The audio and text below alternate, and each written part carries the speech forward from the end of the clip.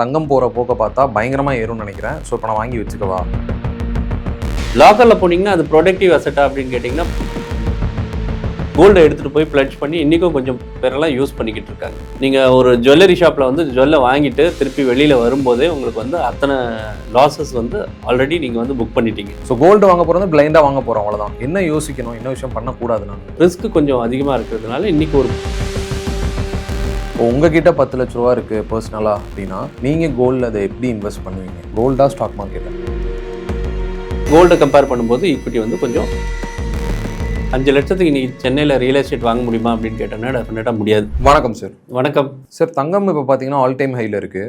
என்கிட்ட ஒருத்தர் தனிப்பட்ட முறையில் கேட்டார், சார் இது வரைக்கும் நான் தங்கம் வாங்கலை, இப்போ நான் போய் வாங்கிடவா? ஏன்னா தங்கம் போகிற போக்க பார்த்தா பயங்கரமாக ஏறும்னு நினைக்கிறேன். ஸோ இப்போ நான் வாங்கி வச்சுக்கவா அப்படின்னு கேட்டிருந்தாரு. இதுக்கு என்ன சார் சொல்லலாம்? இப்போ தங்கம் வந்து வாங்குறதுக்கு வந்து எந்த அக்கேஷன் அப்படின்னு பார்க்கணும். இப்போ உங்கள் வீட்டு கல்யாணத்துக்கு வாங்குறீங்க அப்படின்னு அதுக்கு ஒரு ரீப்ளேஸ்மெண்ட்டே கிடையாது. கல்யாணத்துக்கு வாங்கும்போது அது வந்து அணிந்து கொள்வதற்காக வாங்குறது.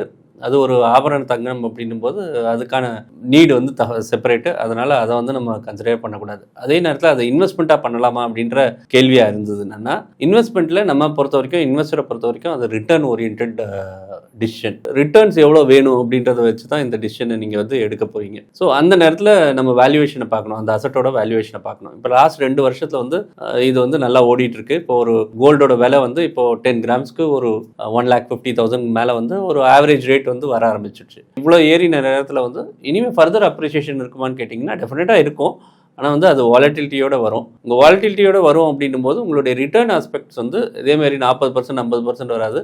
நீங்கள் 8-9% ஒரு 5 வருஷத்துக்கு பிளான் பண்ணியிருந்தீங்கன்னா இப்போவும் இன்வெஸ்ட் பண்ணலாம். பட் அந்த ரிட்டர்னோட உங்களுக்கு பேரலல் அதிக ஆப்பர்ச்சுனிட்டிஸ் இருக்கிறதுனால நீங்கள் டைவர்சிஃபை பண்ணி இன்வெஸ்ட் பண்ணிங்கன்னா ரொம்ப நல்லாயிருக்கும். இப்போது வீட்டில் இருக்க பெண்களுக்கு வந்து கோல்டு வாங்கி கொடுக்குறாங்க. அதை என்ன நினச்சி வாங்கி கொடுக்குறாங்கன்னா, கோல்டு அப்படியே தான் இருக்க போகுது, அது எதுவுமே ஆக போகிறது கிடையாது, எவ்வளோ காலங்கள் ஆனாலும் தலைமுறையாவது கொடுத்துட்டே வரலாம், ஏதோ ஒரு விஷயம் உதவி பண்ண போகுது. ஸோ அதுதான் பிக்கஸ்ட் இன்வெஸ்ட்மெண்ட் அப்படின்ற மாதிரி பார்க்குறாங்க. இது எவ்வளோ தூரம் உண்மை சார்? கோல்டுன்றதே வந்து வீட்டில் வந்து அந்த பேங்கிங் சிஸ்டம் மாதிரி தான் இருந்தது. ஆக்சுவலி உங்களுக்கு எப்போ பணம் தேவைப்படுதோ உடனே போயிட்டு கோல்டை கொடுத்து நீங்கள் வந்து பணம் வாங்கிக்கலாம். அந்த நேரத்தில் வந்து ரொம்ப ரொம்ப யூஸ்ஃபுல்லாக இருக்குது. ஈவன் இன்றைக்கும் கூட சில நேரங்களில் பார்த்தீங்கன்னா வந்து ஒரு ஹஸ்பண்டுக்கு ஒரு பண தேவையோ இருக்குது, இல்லை வந்து ஒரு விவசாயிக்கு ஒரு விவசாய நீடு இருக்குது அப்படின்னா அவங்க இன்றைக்கி வந்து கோல்டை எடுத்துகிட்டு போய் பிளட்ஜ் பண்ணி இன்றைக்கும் கொஞ்சம் பேரெல்லாம் யூஸ் பண்ணிக்கிட்டு இருக்காங்க. ஸோ இந்த இது வந்து டெஃபினட்டாக யூஸ்ஃபுல்லாக இருக்குது. ஏன்னா வந்து அது ஒரு போர்ஷனாக வச்சுக்கலாம். பட் அதையே மொத்தமாக வந்து நம்ம இன்வெஸ்ட் பண்ணலாமா அப்படின்னு கேட்டோன்னா அதுக்கு ஒரு பெரிய கொஸ்டின் மார்க் இருக்குது. ஏன்னா வந்து 100% நீங்கள் போட்டிங்கன்னா அந்த பணம், அந்த கோல்டுன்றது வந்து லாக்கரில் போய் உட்காந்துரும். லாக்கரில் போனீங்கன்னா அது ப்ரொடக்டிவ் அசெட்டா அப்படின்னு கேட்டிங்கன்னா ப்ரொடக்டிவ் அசெட் கிடையாது. அது ஒரு ஸ்பேஸை அடைச்சிட்டு அங்கே உட்காந்துக்கிட்டு இருக்குமே தவிர அதனால் வந்து ஒரு எக்கானமி வளர்றதோ அதனால் அதுக்குன்னு வரக்கூடிய இன்ட்ரெஸ்ட்டோ டிவிடெண்டோ இந்த மாதிரி விஷயங்கள் கிடையாது. மற்ற அசெட் கிளாஸஸில் இந்த மாதிரி விஷயங்கள் இருக்கிறதுனால லாங் ரனில் அது நல்ல ஒரு வளர்ச்சியை கொடுக்கும். கோல்டை இன்வெஸ்ட் பண்ணுறதுக்கும் நீங்கள் வந்து ஒரு சின்ன டைமிங்கை பார்த்து இன்வெஸ்ட் பண்ணிங்கன்னா ரொம்ப நல்லாயிருக்கும். இப்போ ஒருத்தர்கிட்ட இன்றைக்கி 5 lakhs இருக்குது சார், லம்சமாக இருக்குது. அவரோட தாட் ப்ராசஸ் எப்படி இருக்குன்னா, ட்ரெடிஷ்னல் இன்வெஸ்ட்மெண்ட்ஸ் மட்டும் தான் பண்ணுவேன். அதாவது என்னன்னா கோல்டு இல்லை ரியல் எஸ்டேட் ரெண்டில் தான் போடுவேன் அப்படின்னா, இப்போ அதே 5 லட்சத்தை நான் எதில் சார் போடுறது, கோல்டா ரியல் எஸ்டேட்டா? இந்த கொஸ்டினில் வந்து 5 லட்சத்துக்கு இன்றைக்கி சென்னையில் ரியல் எஸ்டேட் வாங்க முடியுமா அப்படின்னு கேட்டோன்னா டெஃபினட்டாக முடியாது. 5 லட்சத்துக்கு மீனிங்ஃபுல்லாக இருக்கக்கூடிய ரியல் எஸ்டேட் வாங்க முடியாது. இது டவுன்ஸுக்கும் பொருந்தும். சில டவுன்ஸு நம்ம சிட்டிஸ்லலாம் பார்த்தோம்னா அந்த 5 லட்சத்துக்கு பெருசாக வாங்க முடியாது. அதனால் ரியல் எஸ்டேட்டை வந்து நம்ம வந்து தள்ளி வச்சிடலாம். 5 லட்சத்துக்கு வந்து இன்வெஸ்ட் பண்ண முடியாது பெருசாக. இப்போ 2 அசெட் கிளாஸ் இருக்குது. ஒன்று வந்து கோல்டு, இன்னொன்று வந்து ஈக்விட்டி. இப்போ கோல்டில் வந்து நம்ம இன்வெஸ்ட் பண்ணுறோம் அப்படின்னா அதுக்கான சார்ஜஸ் கொஞ்சம் அதிகம். இப்போ பார்த்தோன்னா இப்போ நம்ம ஒரு செய்கூலி, அதுக்கு மேலே சேதாரம், அதுக்கு மேலே ஜிஎஸ்டி, அதாவது 3 விஷயம் வந்து தொடருது. நீங்கள் ஒரு ஜுவல்லரி ஷாப்பில் வந்து ஜுவல்லை வாங்கிட்டு திருப்பி வெளியில் வரும்போதே உங்களுக்கு வந்து அத்தனை லாஸஸ் வந்து ஆல்ரெடி நீங்கள் வந்து புக் பண்ணிட்டீங்க. திருப்பி நீங்கள் கொடுக்கும்போதும் நீங்கள் வந்து அதுக்கான இது வந்து இப்போ உருக்கிறதுக்குன்னு சில சார்ஜஸ் எல்லாம் எடுக்கிறாங்க. அந்த மாதிரி விஷயங்கள் எல்லாம் பார்த்தோன்னா திருப்பி கொடுக்கும்போதும் இருக்கக்கூடிய சார்ஜஸ் அதிகம். அதே நேரத்தில் ஈக்விட்டி அப்படின்னும் போது அதுக்கு ஒரு சின்ன என்ட்ரி சார்ஜஸ் இருக்கலாம், ஃபண்ட் மேனேஜ்மெண்ட் சார்ஜஸ்ன்னு நம்ம சொல்லுவோம். அந்த மாதிரி சார்ஜஸ் இருக்கலாமே தவிர மற்றபடி பெருசாக வந்து ஒரு சார்ஜஸ் கிடையாது. ஆனால் வந்து லிக்விட். ஆனால் கோல்டை கம்பேர் பண்ணும்போது ஈக்விட்டி வந்து கொஞ்சம் வாலட்டைலான அசெட்டு. ஸோ உங்களுக்கு அதிகமான ஏற்றம் வேணும், அதுலேருந்து ஒரு ரிட்டர்ன்ஸ் வேணும், பட் லாங் டேர்மில் வச்சுக்க முடியும் அப்படின்னா ஈக்விட்டியை வந்து அதிகமாக கன்சிடர் பண்ணுங்கள். கோல்டை வந்து ஒரு அப்ராக்சிமேட்டாக 10-15% ஆஃப் யுவர் போர்ட்ஃபோலியோ அந்த அளவுக்கு வந்து நீங்கள் கன்சிடர் பண்ணுங்கள். இது ரெண்டையும் மிக்ஸ் பண்ணும்போது என்ன ஆகும்னா கோல்டு வந்து ஒரு இன்சூரன்ஸாக இருக்கும் போர்ட்ஃபோலியோவில். ஸோ ஏதாவது நேரத்தில் வந்து ஒரு கிராஷ் வருது, இல்லை ஒரு ஆப்பர்ச்சுனிட்டி வருதுன்னா நீங்கள் கோல்டில் இருக்க பணத்தை வந்து ஈக்விட்டிக்கு மாற்றுறதுக்கான ஒரு ஆப்பர்ச்சுனிட்டி கிடைக்கும். ஒரு சின்ன போர்ஷன் வந்து எப்பயுமே வந்து சேஃபாக இருக்கும். அதே நேரத்தில் இன்னொரு போர்ஷன் வந்து அதிகமான வளர்ச்சியை வந்து கொடுக்கறதுக்கான வாய்ப்புகள் அதிகமாக இருக்கும். இப்போ குளோபல் ரெஷன் வருது அப்படின்னா கோல்டு ப்ரைஸ் என்ன சார் ஆகும்? கோல்டு வந்து எப்பயுமே வந்து ரெசிஷன் வர நேரங்களில் வந்து ஒரு ஸ்டேபிள் அசெட் கிளாஸாக இருந்திருக்கு. ஸோ இன்றைக்கி உண்மையாலே ரெசிஷன் வருது அப்படின்னா கோல்டு மேலே இருக்கக்கூடிய அந்த நாட்டமும் அந்த ஆர்வமும் பெருகும். அதனால் என்ன ஆகணும்னா நிறைய பேர் வந்து கோல்டை வாங்கி வைக்கிறதுக்கு விரும்புவாங்க. ஏன்னா வந்து ரெசிஷனை வந்து ஓரளவுக்கு மேனேஜ் பண்ணணும்னா அது ஒரு சின்ன ஒரு இன்சூரன்ஸ் அப்படின்றது வந்து தெரியும். அப்போ என்ன ஆகணும்னா டிமாண்ட் வந்து அதிகம், டிமாண்ட் அதிகமாச்சுனாலே ப்ரைஸ் அதிகமாகும். ஒருவேளை ரெசிஷன் வந்தது அப்படின்னா கோல்டு வந்து ஒரு நல்ல ஒரு அசெட் கிளாஸாக இருக்கும், அதில் டவுட்டே கிடையாது. அந்த நேரத்தில் வந்து கோல்டோட ப்ரைஸஸ் ஏறதுக்கான வாய்ப்புகள் இருக்குது. பட் அதே நேரத்தில் அது ப்ரைஸஸ் மல்டிபிள் டைம்ஸ் எல்லாம் ஏறுமா அப்படின்னு கேட்டோன்னா அந்த விஷயங்கள் நடக்கிறதுக்கு வாய்ப்புகள் ரொம்ப குறைவு. ஏன்னா ஆல்ரெடி நம்ம வந்து ஒரு பெரிய அப் ட்ரெண்டை பார்த்து அதுக்கப்புறம் ஒரு சரிவை பார்த்துட்டோம் கோல்டுலேயே. இப்போ இருக்கக்கூடியது வந்து ஒரு கன்சால்டேஷன் ஃபேஸ்ன்னு சொல்லலாம். ஒரு நார்மல் ஒரு அப்ரிசியேஷன் இருக்கிறதுக்கான வாய்ப்புகள் இன்னிலேருந்தும் அதிகமாக இருக்குது.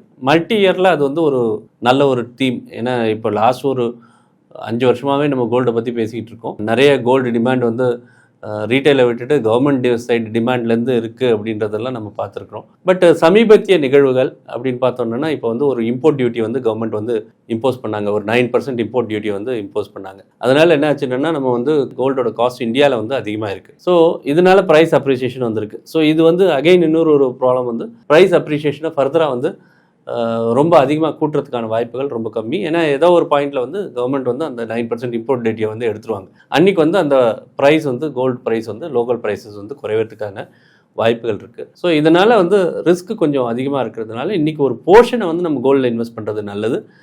ஹையர் அலோகேஷன் கொடுக்காம மற்ற அசெட் கிளாஸில் நம்ம ஹையர் அலோகேஷன் கொடுக்கறது ரொம்ப நல்லது. சில்வர் ஒரு சைலண்ட் பெர்ஃபார்மராக இருந்துட்டு இருக்குன்னு நான் பார்க்குறேன். ஏன்னா இப்போ ஒரு 1000 ரூபாய்க்கு எங்களால் 3 கிராம் வாங்க முடியும் இந்த டைமில் அப்படின்னா இன்னும் கொஞ்சம் நாள் போக போக சில்வரோட பெர்ஃபார்மன்ஸ் எப்படி சார் இருக்கும்? சில்வர் வந்து இண்டஸ்ட்ரியல் மெட்டல். நிறைய நேரத்தில் வந்து இண்டஸ்ட்ரியல் மெட்டலை பற்றி சொல்லியிருக்கிறோம். இண்டஸ்ட்ரியல் டிமாண்ட் அதிகமாக இருக்குது. நெக்ஸ்ட் ஒரு 2-3 வருஷத்துக்கு வந்து இண்டஸ்ட்ரியல் டிமாண்ட் அதிகமாக இருக்குது. ஒரு இவி ஆகட்டும் இல்லை சோலார் ஆகட்டும் இதிலெல்லாம் வந்து சில்வரோட இம்பார்ட்டன்ஸ் வந்து அதிகமாக இருக்குது அப்படின்னு நம்ம பார்த்துட்டே இருந்தோம். பட் இது சொல்லும் போதே வந்து 6 மாதத்துலேயே 9 மாதத்துலேயே வந்து கோல்டு வந்து 2-3 மடங்கு வந்து ஏறிடுச்சு போன வருஷம். ஸோ இதனால் என்ன ஆச்சுன்னா அது ஒரு யூஃபோரிக் லெவலில் போயிட்டு ஒரு பெரிய கிராஷ் வந்தது. அந்த கிராஷ்க்கு அப்புறம் ஒரு 30-40% ஆல்மோஸ்ட் வந்து வீழ்ச்சி. அதுக்கப்புறம் இன்னைக்கு கன்சாலிடேட் ஆகி நார்மலாக போயிட்டுருக்கு. ஆனால் இன்னிலேருந்து கோல்டுக்கு ஈக்குவலாக நம்ம சில்வரை கம்பேர் பண்ணோம்னா கோல்டு வந்து ஒரு சென்ட்ரல் பேங்க் ரிசர்வ், அது வந்து சில்வருக்கு கிடையாது. இன்றைக்கி வரைக்கும் சென்ட்ரல் பேங்க்ஸ் யாரும் வந்து சில்வர் மேலே அந்த அளவுக்கு நாட்டம் வைக்கலை. ஸோ அதனால் நம்ம வந்து கோல்டுக்கு இருக்கிற அதே வேல்யூ வந்து சில்வருக்கும் இருக்கும் அப்படின்றது மாதிரி நம்ம எதிர்பார்க்க வேண்டாம். இண்டஸ்ட்ரியல் மெட்டல் நல்லா இருக்கும், பட் டைம்ஸில் தான் பர்ஃபார்ம் பண்ணும். எல்லா நேரத்துலையும் வந்து அதே மாதிரி பர்ஃபார்மன்ஸ் இருக்காது. கொஞ்சம் டைம் விட்டுட்டு பார்த்தோம்னா வேல்யூ ஜோனில் வரும்போது நம்ம வந்து அந்த அசட்டை வந்து அக்வயர் பண்ணுறது நல்லது.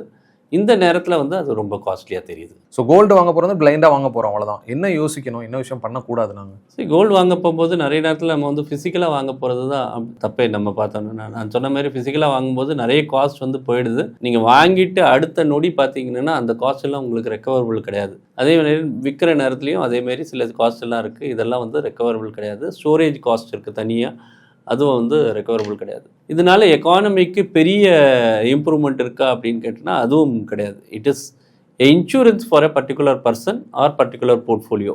இதுதான் நம்ம வந்து பார்க்கணுமே தவிர இதை தவிர வந்து நம்ம அதுக்கு பெரிய ஒரு அட்வான்டேஜ் இருக்குது அப்படின்னு நம்ம வந்து கருதக்கூடாது. அதனால் நம்ம வந்து இன்றைக்கி இருக்கக்கூடிய சூழ்நிலையில் வந்து கோல்டு அப்படின்னு எடுக்கும்போது அது வந்து ஒரு போர்ட்ஃபோலியோவில் ஒரு அசட் அலோகேஷனாக பார்க்கணுமே தவிர அதுக்கு ஓவர் அலோகேஷன் கொடுத்து 70% நிறைய பேர் எனக்கு தெரியும் 70% 80% கோல்டில் வாங்கி வச்சுட்டு இன்றைக்கி வந்து 20% அது விலை சரிஞ்ச நிலையில் இன்றைக்கி என்ன பண்ணணும்னு தெரியாமல் யோசிச்சுட்டு இருக்காங்க. 4-5 மாதத்துக்கு முன்னாடி கோல்டு அப்படியே போயிடும் அப்படின்னு சொல்லிட்டு 70-80% வந்து இருக்கிற பணத்தெல்லாம் வந்து அதில் போட்டுட்டு அதுக்கப்புறம் இன்றைக்கி வந்து ஸ்ட்ரகிள் ஆகிட்டு இருக்கக்கூடிய 1-2 பேரை நான் கேள்விப்பட்டிருக்கேன். ஸோ அதை மாதிரி இருக்கக்கூடிய டிசிஷன்ஸ் எல்லாம் இன்றைக்கி அவாய்ட் பண்ணணும். அஸ் போர்ட்ஃபோலியோவில் நீங்கள் எவ்வளோ பர்சன்டேஜ் உங்களுக்கு பொருந்துமோ அந்த பர்சன்டேஜ் வச்சுருந்தீங்கன்னா அதுதான் ஒரு நல்ல சிறந்த டிசிஷனாக இருக்கும். சார், ஒருத்தர் உங்கள்கிட்ட 2 கேள்வி கேட்க சொன்னார். முதல் கேள்வி என்னன்னா, இப்போ உங்ககிட்ட 10 லட்ச ரூபா இருக்குது பர்சனலாக அப்படின்னா நீங்கள் கோல்டில் அதை எப்படி இன்வெஸ்ட் பண்ணுவீங்க? இப்போ கோல்டில் கேட்டேன்னா எனக்கு வந்து ஒரு 10% நான் வந்து அலோகேட் பண்ணுவேன். அது ஏன்னா இன்சூரன்ஸ்க்காக வாங்கக்கூடியது. என்னோட போர்ட்ஃபோலியோவில் அடுத்த போர்ட்ஃபோலியோ ஏதாவது ஒரு வேலை ஃப்ளக்சுவேட் இருந்ததுன்னா இந்த போர்ட்ஃபோலியோ வந்து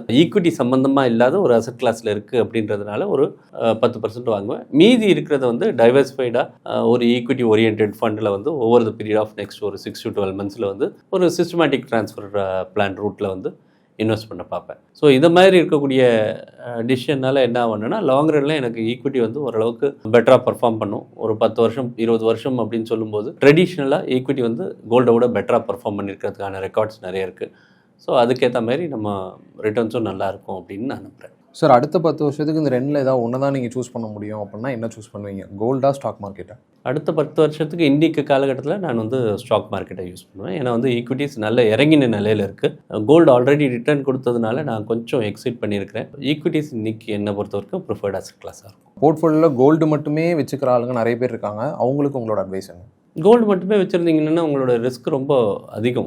உங்களோட ரிட்டர்ன்ஸ் வந்து பல நாள் வந்து அப்படியே ஃப்ளாட்டாக இருக்கிறதுக்கான வாய்ப்புகள் நிறைய அதிகம். போன வருஷம் நீங்கள் இதே நேரத்தில் வந்து ஒரு 5 மாதத்துக்கு முன்னாடி நீங்கள் கோல்டு வாங்கியிருந்தீங்கன்னா இன்றைக்கி ஆல்ரெடி அதோட வேல்யூ வந்து 15% வந்து கீழே விழுந்துருச்சு. இந்த 15% ரெக்கவர் ஆகிறதுக்கே உங்களுக்கு வந்து ஒரு சில வருடங்கள் ஆகலாம். நம்ம என்ன நம்புகிறோம் அப்படின்னா நம்ம வந்து குளோபலில் வந்து ஏதாவது ஒரு ரெசெஷன் இருக்கும், வார் இருக்கும் அப்படின்ற மாதிரி நம்புகிறோம். பட் இது இருக்கணுன்ற நெசசிட்டியும் கிடையாது. சில நேரங்களில் அது மாதிரி ஒரு விஷயம் இல்லை அப்படின்னா அந்த டைம் வந்து ரொம்ப நீண்ட காலம் போகலாம். அதனால் அந்த மாதிரி ரிஸ்க்ஸ் வந்து நம்ம எடுக்கக்கூடாது.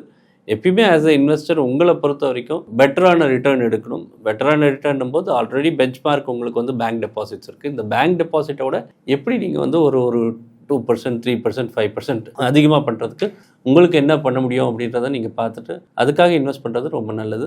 அதை வந்து கோல்ட்லேயே இன்வெஸ்ட் பண்ணியிருந்தீங்கன்னா அந்த மாதிரி அவுட் பீட்டிங் வந்து ரொம்ப கடினம். ஓகே சார், ரொம்ப நன்றி சார். ரொம்ப ரொம்ப நன்றி. தேங்க்யூ.